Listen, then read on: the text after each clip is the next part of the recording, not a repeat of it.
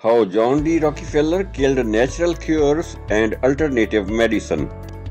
People these days look at you like a weirdo if you talk about natural cures and alternative medicine, holistic medicine, or healing properties of plants and herbs. And this is for a reason. There is a lot of politics and money involved behind our modern medical system.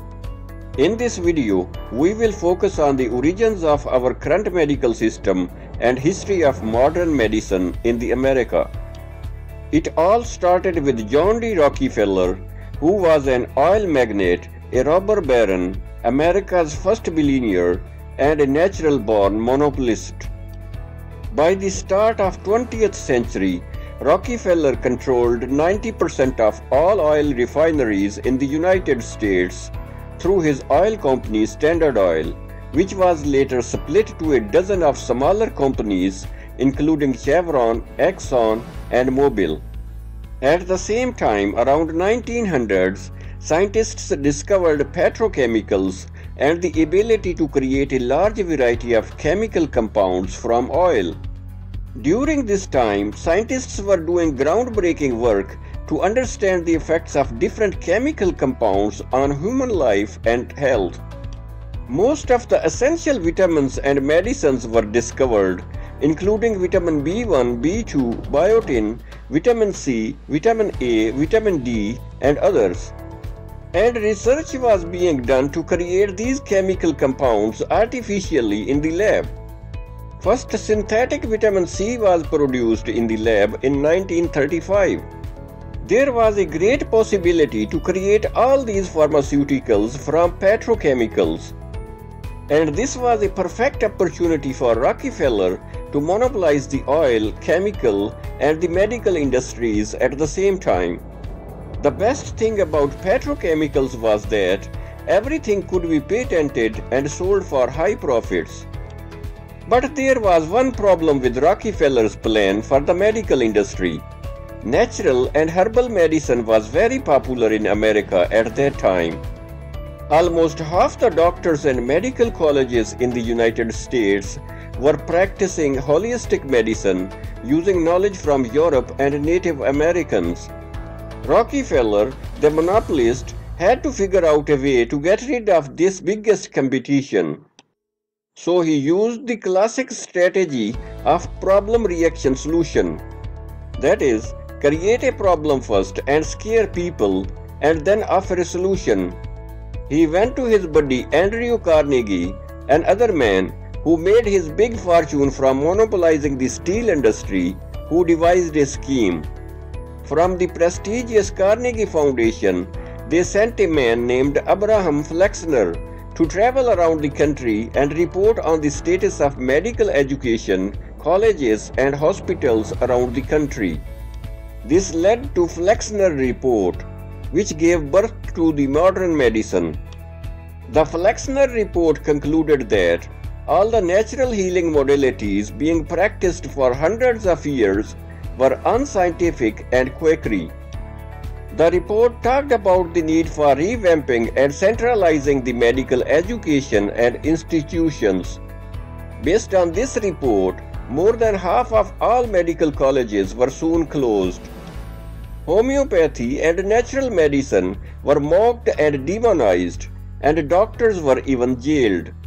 To help with the transition and change the minds of the doctors and scientists, Rockefeller gave more than $100 million to colleges, hospitals, and founded a philanthropic front group called General Education Board. This is the classic carrot and stick approach. In a very short time, medical colleges were all streamlined and homogenized. All the students were learning the same thing, and medicine was all about using patented drugs. Scientists received huge grants to study how plants cured diseases, but their goal was to first identify which chemicals in the plant were effective and then recreate a similar synthetic chemical in the lab, but not identical, so that it could be patented. A pill for an ill became the mantra for modern medicine. And you thought Koch brothers were evil. So now we are 100 years later churning out doctors who know nothing about the benefits of nutrition or herbs or any holistic practices.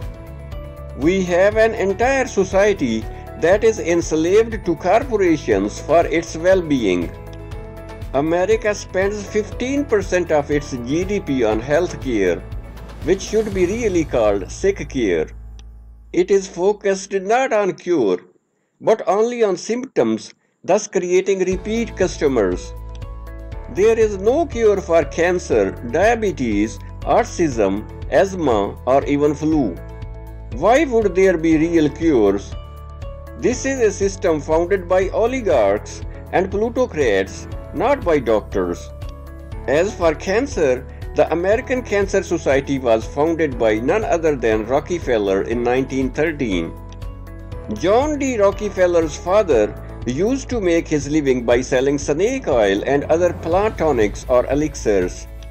He used to introduce himself as Dr. Bill Livingston, celebrated cancer specialist. He used to sell his snake oil as cure-all tonic and charged $25 per bottle, which was equivalent to 2 months' salary of an average American worker at that time. In 1939, a drug trust alliance was formed by the Rockefeller Empire and the German chemical company IG Farben, which used to produce the different type of chemicals for the military industry. After World War II, IG Farben was dismantled but later emerged as separate corporations within that alliance. Well-known companies included General Mills, Kellogg, Nestle, Bristol-Myers Squibb, Procter & Gamble, Rock, and Hoist. The Rockefeller Empire, in tandem with his Chase Manhattan Bank, which is now JP Morgan Chase, owns over half of the pharmaceutical interests in the United States. It is the largest drug manufacturing combine in the world. This is it guys for today's video. I hope you find it interesting. Please give it a thumbs up and share it with others. Subscribe to my channel. Thanks in advance.